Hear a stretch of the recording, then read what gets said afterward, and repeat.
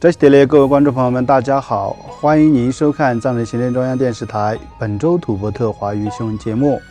本期的新闻要点有：达赖喇嘛尊者接见各国信众，资政出席土伯特博物馆举办的边疆外交临时展览开幕式，资政致函悼念克里斯蒂安·施瓦兹席宁博士逝世。亚洲佛教和平会议支持达赖喇嘛尊者关于延续达赖喇嘛制度的声明。印度各地藏人定居点举办2026年世界卫生日相关活动。每周回顾90华诞及慈悲年庆祝活动。下面请看详细内容。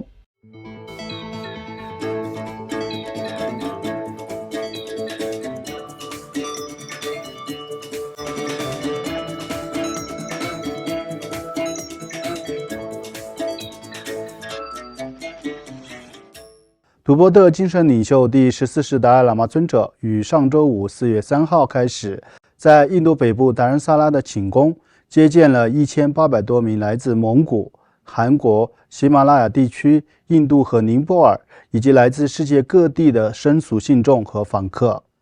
此外，藏人行政中央司政边巴次仁于上周五4月3号在印北达仁萨拉的土伯特博物馆出席了该馆举办的边疆外交英国、土伯特和巴兹尔古尔德爵士为题的临时展览开幕式。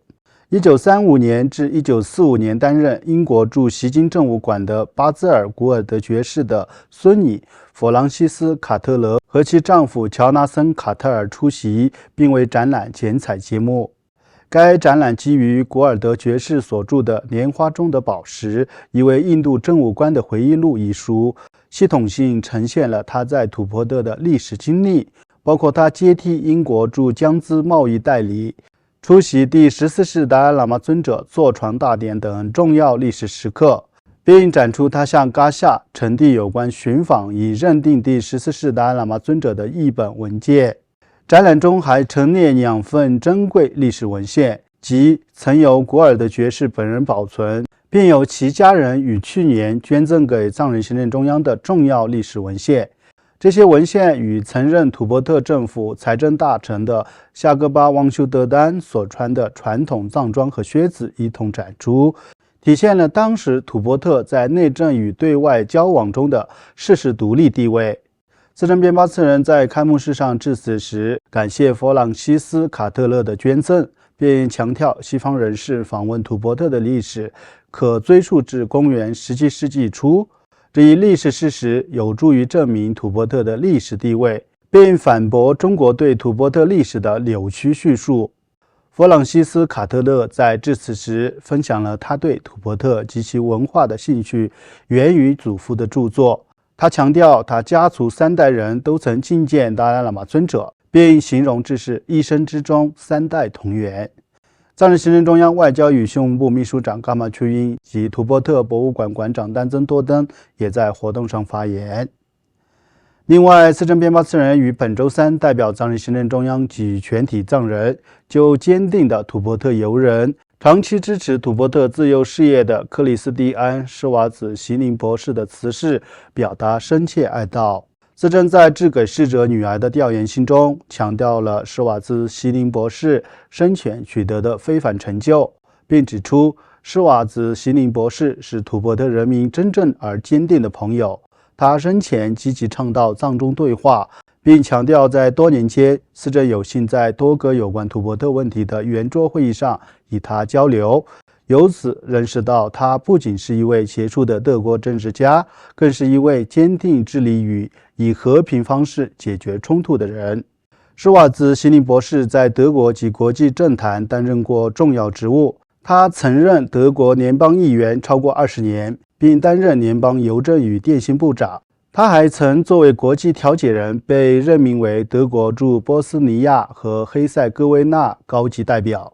资政还写道，作为斯瓦兹席宁基金会的创始人以及土伯特自由事业的坚定支持者，他多年来一直与噶夏及流亡藏人领导层保持密切联系。为表彰他长期以来的卓越贡献，2013年他获得达赖喇嘛尊者颁授的真理之光奖。这一荣誉充分彰显了他对土伯特自由事业的长期奉献与历史意义。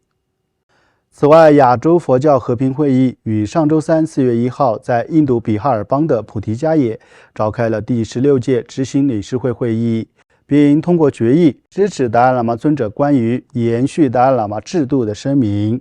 参加本次会议的与会代表一致支持达赖喇嘛尊者于2025年7月2号在印北达仁萨拉发表的有关其转世问题的声明。该声明重申达赖喇嘛制度将继续延续，且甘丹颇章基金会是唯一有权认定未来转世的机构。亚洲佛教和平会议执行理事会进一步强调，任何政府、组织和个人均无权干涉这一延续数百年的神圣宗教传统，该权利完全属于甘丹颇章基金会。会议还决定将每年的7月6号，即达赖喇嘛尊者的诞辰日，定为世界慈悲日。包括藏人行政中央宗教与文化部秘书长敦堆多杰和来自14个成员国的代表出席了此次会议。秘书长敦堆多杰还作为特邀嘉宾，于上周日4月5号在印北喜马偕尔邦首府的西姆拉近郊的多兰吉出席了宗教与文化部与苯教门日令寺联合举办的第9届不分教派辩经法会开幕式。与此同时，印度各地的藏人定居点于本周二4月7号世界卫生日当天，通过免费医疗营、卫生展示、马拉松、篮球比赛、球拍类运动与足球比赛、瑜伽课程、免费健康筛查、环境清洁行动以及创意写作比赛等多种活动，庆祝了这一日子，以此提升公众的健康意识。请继续收看本期节目的最后一则消息。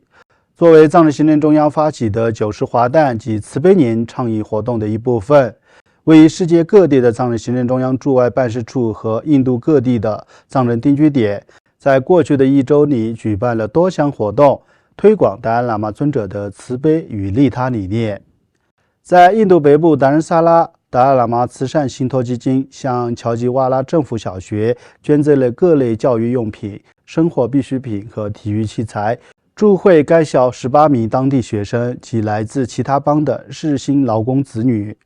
在荷兰灵堡圣呼拉库斯教堂举办了一场罕见的摄影展，展出内容围绕达赖喇嘛尊者的慈悲开始，特别强调尊者自1973年以来与荷兰的历史联系。藏人行政中央驻布鲁塞尔代表仁增屈真根康作为主宾为展览揭幕，并在致辞时强调了天主教教堂举办佛教领袖展览所具有的深远象征意义，指出两种宗教传统都倡导爱与慈悲的转换力量。该展览将持续至今年7月5号，以此庆祝达赖喇嘛尊者90华诞及慈悲年。此外，印度东北部锡金邦首府甘托克藏人社区的90华诞组委会于近日举办了为期3天的图片展，展示达赖喇嘛尊者的生平事迹与利众事业，特别呈现尊者自1959年3月31号在中国入侵吐蕃特后抵达印度以来的历程。此次展览吸引了来自当地藏人社区与锡金社区的政要、嘉宾与公众参与，提升了当地民众与游客对达赖喇嘛尊者毕生弘扬慈悲与利他理念、促进世界和平努力的认识。